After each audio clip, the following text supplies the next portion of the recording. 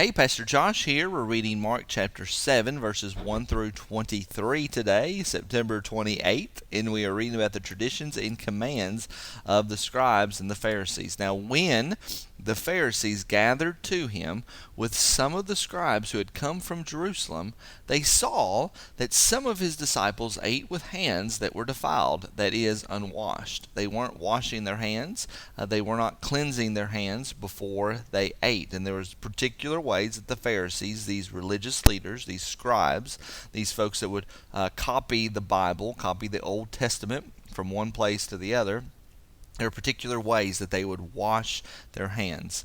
For the Pharisees and all the Jews do not eat unless they wash their hands properly. Notice that word properly. It's not only that they wash their hands, but there was even a particular way that they washed their hands. And where did they get this from? From the tradition of the elders, holding to the tradition of the elders.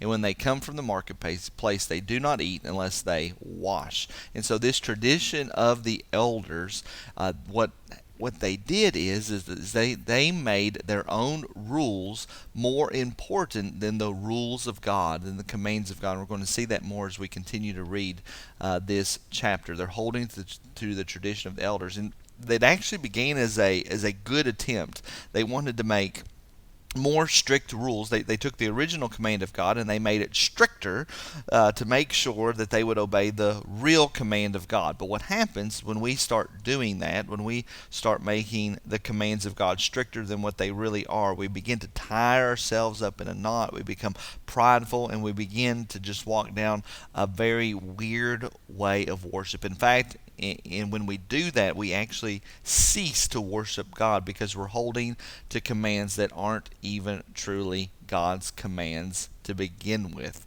So holding to the tradition of the elders, we're going to come to that a little bit more, but there were many other traditions that they observed, such as the washing of cups and pots and copper vessels and dining couches. So they would wash all kinds of things and wash them in a particular way.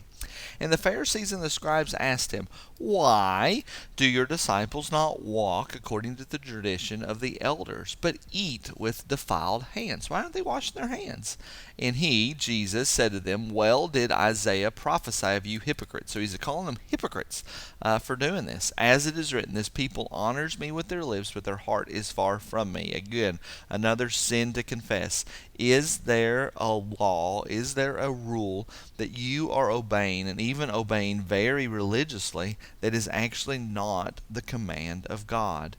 And when you do that, you're actually honoring God with your lips and honoring Him with your action, but your heart is actually far from God. We want to make sure that we're obeying the commands of God and not some sort of traditions that we have received from society or traditions we have received from our family. We want to obey clearly what what God commands us. That's why when we go through these passages in these chapters, one of the things we look for is commands to obey. We want to be thinking of what are the rules, what are the commandments that God gives us, not so that we can be legalists, but so that we cannot be legalists, so that we cannot get all tied up in attempting to follow the commands of the elders or follow the commands that we ourselves have put up. We want to follow the commands of God. So that's why we look for these commands to follow and we think about it, because we want to obey God's commands, not the ones we have made up of our own accord.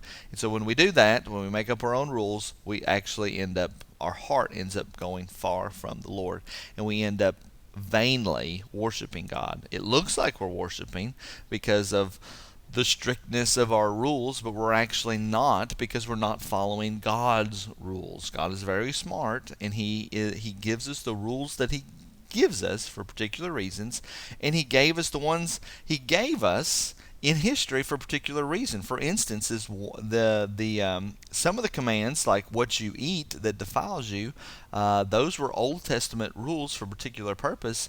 Now those rules have been done away with, and we're going to see that in just a moment. So Jesus goes on to say, who is God, right? God the Son. You leave the commandment of God and hold to the tradition of man. Again, that same sin. Leaving the command of God, not focusing on the command of God, and then holding to your own tradition, whatever it is that you're doing. And he said, to them. You have a fine way of rejecting the commandment of God in order to establish your tradition. This is an example not to follow, because notice they do it in a fine way. They reject the commandment of God in a fine way, in a finesse. They do it with finesse. They do it with just great beauty. It's even very rather compelling. The way they reject the commandment of God and do their own thing is actually an attractive way to do it. We'll even look at it and say, oh, that's really smart. Oh, that's probably right. They have a fine way of rejecting the commandment of God. So you definitely don't want to leave the commandment of God, and you definitely don't want to do it in a fine way. Because there's one being that actually rejects the laws of God in a very fine way, a very beautiful way. You know who that being is? Satan. Satan rejects the law of God in a very attractional way. We want to make sure we are not walking in those ways. Verse 10.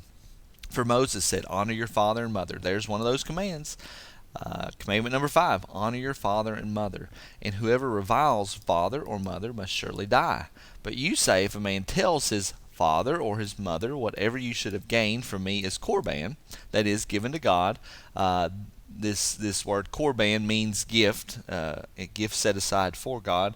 And so let me go and finish reading. Verse 12. Then you no longer permit him to do anything for his father and mother, thus making void the word of God by your tradition that you have handed down. And many such things you do. So what these religious leaders would do is, of course, when your mother and father would get older, you were to care for them and take care of them and make sure that they're provided for. The idea of any sort of nursing home or any sort of societal care was not there.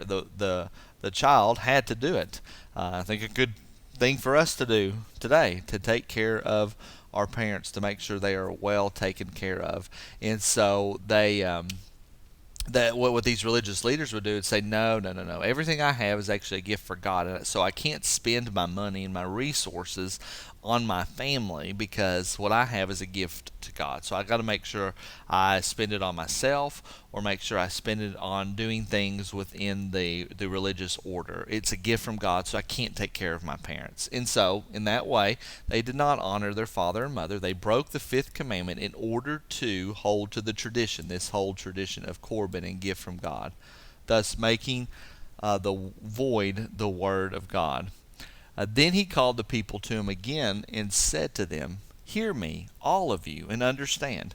There's nothing outside a person that by going into him can defile him, but things that come out of a person are what defile him. So here's a little story, quick story Jesus is telling them. And when he had entered the house and left the people, his disciples asked him about the parable. Hey, what's this mean? There's nothing outside a person that by going into him can defile him, but the things that come out of a person are what defile him.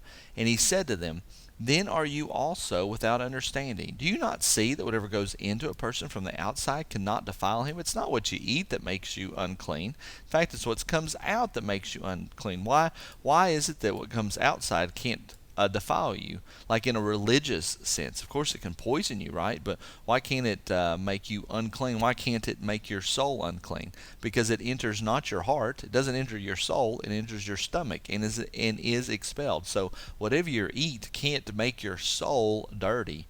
And it says, thus in this way he declared all foods clean. Now, this is that great break from the Old Testament tradition, the whole idea of having foods that were clean and unclean and certain things that you could eat and couldn't eat. The whole reason for that was to show that there was a boundary between God's people and people that were not God's people that did not believe with God. And so now Jesus is saying with him coming, that distinction is no longer going to be done by the customs that you do. Really that distinction happens through baptism and the church. And he said, what comes out of a person is what defiles him. For from within, out of the heart of man, come evil thoughts, sexual immorality, theft, murder, adultery. These are the things that make you dirty: coveting, wickedness, deceit, sensuality, envy, slander, pride, all these sins, foolishness.